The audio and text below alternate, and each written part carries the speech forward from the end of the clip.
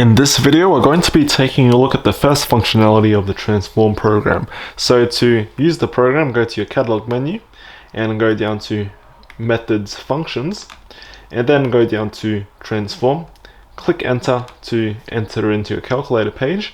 And the first functionality of this transform program is to apply transformations to a function.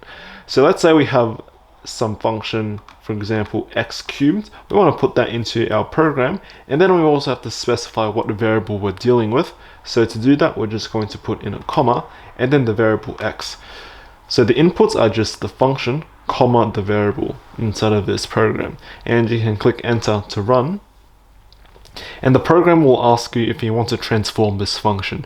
Well, of course we do, because we want to apply transformation, so we're just going to put in a 1.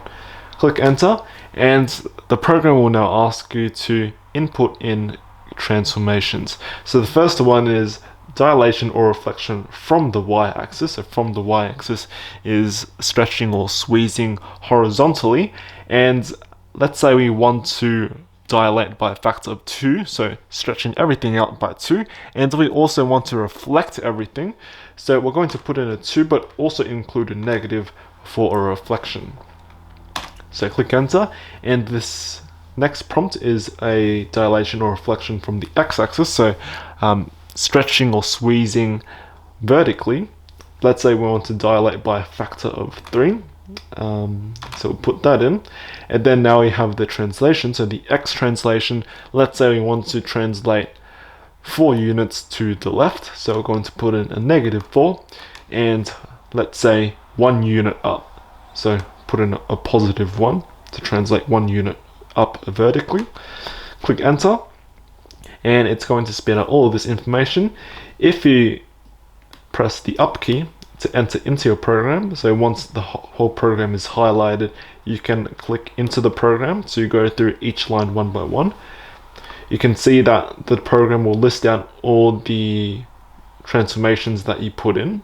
So we have our dilations, it also includes the reflection if you put in a negative, and we have the translations as well.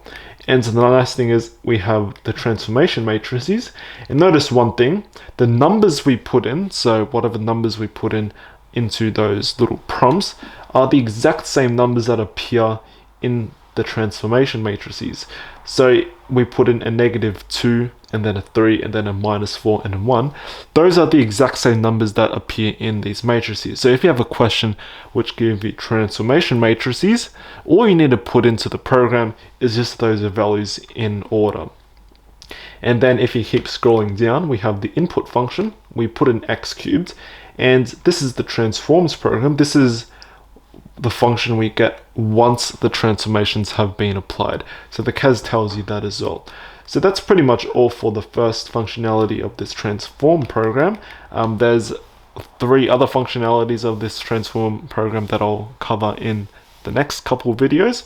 But yeah, I guess one other mention is that you can use this first functionality to confirm that the transformations that you're using are correct.